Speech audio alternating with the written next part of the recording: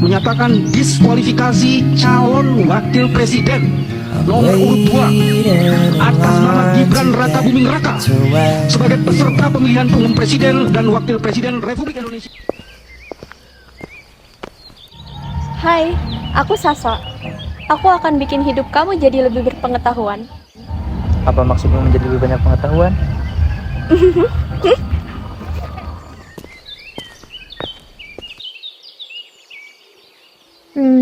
Kamu tahu nggak sih perbedaan opini dengan fakta?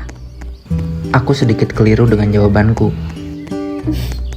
Opini itu pernyataan yang bersifat pandangan, penilaian, dan sifatnya subjektif dari seseorang. Sedangkan fakta merupakan pernyataan yang dapat dibuktikan dan dipertanggungjawabkan kebenarannya. Lalu, bagaimana cara membedakannya? Gini cara bedainnya. Yang pertama, kamu bisa bandingkan sumber informasi yang satu dengan yang lain. Dan kamu juga bisa lihat apakah sumber tersebut kredibel atau tidak. Yang kedua, kamu bisa perhatikan penulisan dari informasi tersebut. Kalau informasinya dirasa terlalu dramatis, hati-hati ya, bisa jadi konten tersebut cuma clickbait. Jangan buru-buru percaya ya. Yang ketiga, kamu juga bisa perdalam literasi digital agar tidak gampang terprovokasi dan terkecoh dengan berita hoax. Aku jadi bingung, apakah media sosial di era post-truth ini akan memperkuat atau memperlemah demokrasi? Jadi gini Nandi, di era post-truth ini, media sosial bisa saja membawa dua dampak untuk demokrasi kita. Yang pertama, bisa melemahkan demokrasi. Yang kedua, juga bisa memperkuat demokrasi. Gimana sih cara dari media sosial ini bisa melemahkan demokrasi kita? Nah teman-teman, seperti yang kita tahu, di era post-truth ini, berita-berita yang mengandung hoax ataupun berbasis emosional justru menyebar 6 kali lebih cepat dan bisa menyebabkan untuk perpecahan di masyarakat. Nah kemudian, dari media sosial ini juga bisa menciptakan echo chamber di mana tayangan-tayangan atau algoritma yang diberikan kepada kita itu cuma berbasis dari hal-hal yang kita sukai aja. Jadinya kita juga resisten terhadap informasi yang diberikan oleh orang lain, mau itu fakta ataupun juga opini yang berlandaskan dengan fakta-fakta lainnya. Tapi di balik itu media sosial juga bisa memperkuat demokrasi.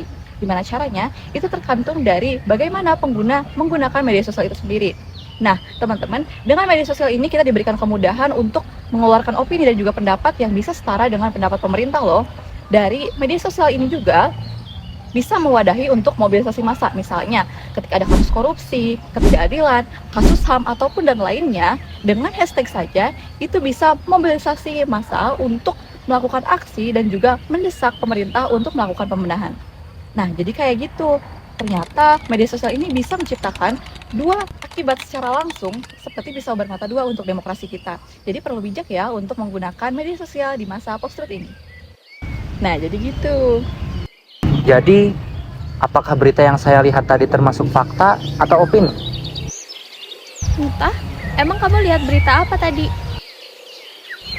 Berita yang dilihat tadi merupakan berita mengenai RUU Pilkada, dan pada kenyataannya berita tersebut adalah hoax. Dari berita tersebut bisa saja berdampak negatif. Dampak yang pertama adalah masyarakat bisa saja terbagi menjadi dua kubu. Kubu yang pertama adalah masyarakat yang menolak secara total, dan kubu yang kedua adalah masyarakat yang menerima tanpa kritik. Lalu dampak yang kedua adalah sulit bagi masyarakat untuk membedakan yang mana informasi faktual dan yang mana propaganda. Lalu dampak yang berikutnya adalah masyarakat hanya saja mengikuti opini-opini yang tengah viral tanpa mengetahui dari substansi undang-undang tersebut. Lembaga-lembaga seperti DPR, pemerintah maupun media massa bisa saja kehilangan kepercayaan dari publik. Post-truth dalam isu RUU Pilkada bisa saja merubah ruang publik, melemahkan demokrasi, dan menghambat penyusunan kebijakan berbasis data. Ketika emosi dan narasi menggantikan fakta, maka diskursus publik akan berubah. Yang tadinya mencari solusi bersama, menjadi saling mencurigai dan menyalahkan.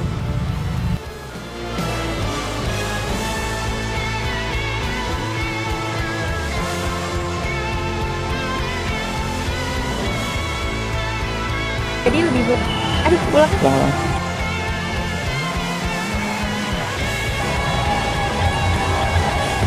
Jadi gimana?